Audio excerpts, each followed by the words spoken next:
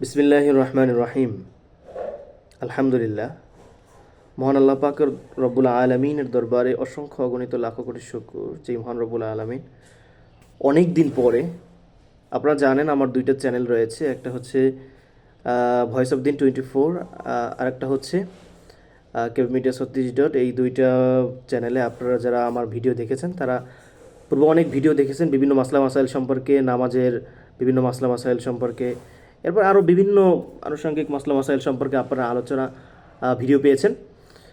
তো এখন থেকে আপনারা ধারাবাহিকভাবে আবার ভিডিও পেয়ে যাবে বিভিন্ন মাসলা মাসাইল সম্পর্কে, বিভিন্ন মাসাইল, শিরিক ও বিদাত, এবং ইসলামের পথে চলতে হলে আরও বিভিন্ন যেই বিষয়গুলো আমাদের দরকার, এবং বিভিন্ন মাশায়েখদের জীবনী, যেমন শামসুল হক ফরিদপুরি রহমতুল্লাহ আলাই, মুফতি সৈয়দ মোহাম্মদ ফজল করিম রহমতুল্লাহ আলাই, আরও বিভিন্ন, এরপর 100 মনীষীদের জীবনী, এই বিষয়গুলো আপনারা এখন থেকে ধারাবাহিকভাবে পাবেন।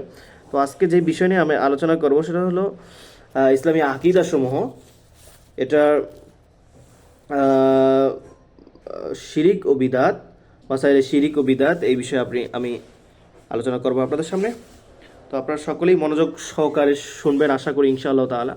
পাশাপাশি যারা এখনও সাবস্ক্রাইব করেননি এই দুইটা চ্যানেল, তারা অবশ্যই সাবস্ক্রাইব করে দিবেন এবং বেল আইকনটি বাজিয়ে দিবেন, যাতে ভিডিও পাওয়ার সাথে সাথেই আপনি পেয়ে যান। তো আশা করি এই কাজটা আপনারা ইনশাআল্লাহ করবেন।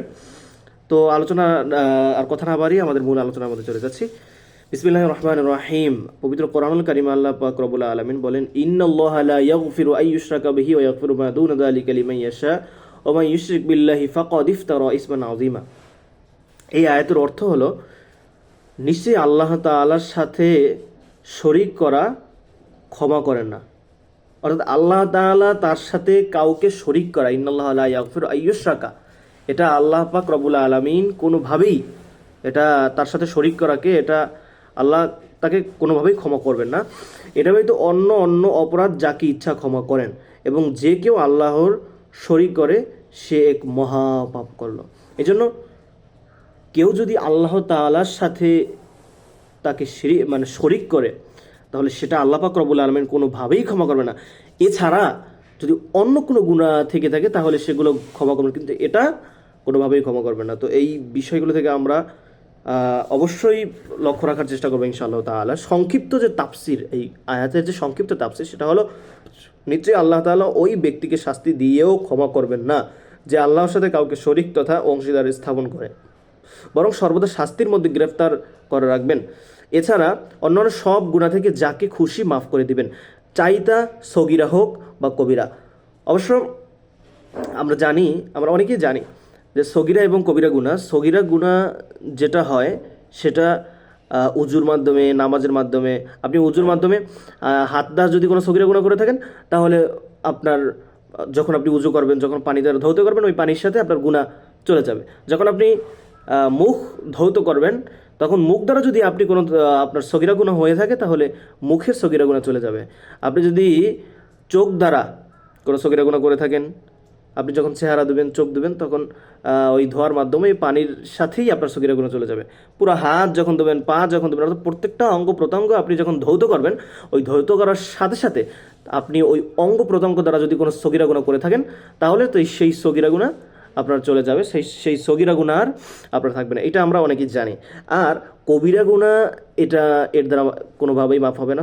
কবিরা গুনার জন্য অবশ্যই আপনাকে তওবা অবশ্যই করতে হবে, রোনাজারি করতে হবে, চোখ থেকে পানি, আপনার অশ্রু প্রবাহিত হতে হবে, আল্লাহর কাছে মকবুলিয়াত হতে হবে, আল্লাহর কাছে আপনি প্রিয় বান্দা হিসাবে আপনার হতে হবে, প্রিয় বান্দা হিসাবে হতে হবে। এরপরে আল্লাহ পাক রব্বুল আলামিন হয়তো আপনার কবিরা গুনাহ আপনার মাফ করতে পারেন, নয়তো এটা কবিরা গুনাহ আপনার কোনোভাবেই ক্ষমা হবে না তওবা ছাড়া। এই জন্য কবিরা গুনার জন্য অবশ্যই আমাদেরকে আল্লাহর কাছে মাফ চাইতে হবে, তওবা করতে হবে, কান্নাকাটি করতে হবে, রাত জেগে নামাজ আদায় করে, তাহাজ্জুদ নামাজ আদায় করে, একাকিত্ব যখন কেউ থাকবে না, সবাই ঘুমাবে, সকল প্রাণী যখন ঘুমাবে, প্রত্যেকটা জিনিসের কাজকর্ম যখন বন্ধ থাকবে, ওই সময় আপনি একাকিত্বভাবে যখন আল্লাহর কাছে তওবা করতে পারবেন, তখন আল্লাহ পাক রব্বুল আলামিন আপনাকে ক্ষমা করবে। কিন্তু কবিরা গুনার জন্য আপনি এভাবে আপনি মাপ পাবেন না। তো এই বিষয়গুলো আমরা খেয়াল রাখবো ইনশাআল্লাহ তাআলা। অবশ্য কোনো মুশরিক যদি মুসলিম হয়ে যায় তাহলে যেহেতু সে মুশরিকি রয়নি, তাই তার শাস্তিও মওকুফ হয়ে যাবে। আর শিরিকের গুনাহ ক্ষমা না করার কারণ হচ্ছে আল্লাহর সাথে অংশীদার স্থাপনকারী মারাত্মক পাপ সংগঠিত করেছে, যা তার জঘন্যতার কারণে ক্ষমার অযোগ্য।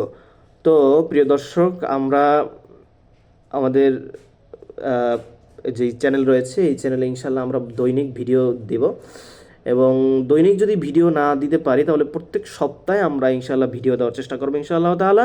এবং আমাদের ভিডিওগুলো বেশি দীর্ঘায়িত হবে না, 5 মিনিটের মধ্যে আমরা শেষ করার চেষ্টা করব। আজকের পর্ব এই পর্যন্তই রাখবো, এই আয়াতের তাফসীর পর্যন্তই। পরবর্তী আমরা যে ভিডিও দেব সেখানে আমরা ব্যাখ্যা ও মাসাইল, শিরিক এর সংজ্ঞা এবং কিছু উদাহরণ, শিরিকের সংজ্ঞা, এরপরে ইলমের মধ্যে অংশীদার সাব্যস্ত করা, আরও বিভিন্ন বিষয় আপনারা যদি ভিডিওগুলো দেখেন তাহলে অবশ্যই আপনারা কিছু জানতে পারবেন, অবশ্যই আপনারা কিছু জানতে পারবেন, অবশ্যই আপনারা কিছু বুঝতে পারবেন। এই জন্য সকল ধর্মপ্রাণ মুসলমানদেরকে আমার আকুল আবেদন, সকল ধর্মপ্রাণ মুসলমানদেরকে আমার দিল থেকে সকলকে অভিনন্দন জানাচ্ছি।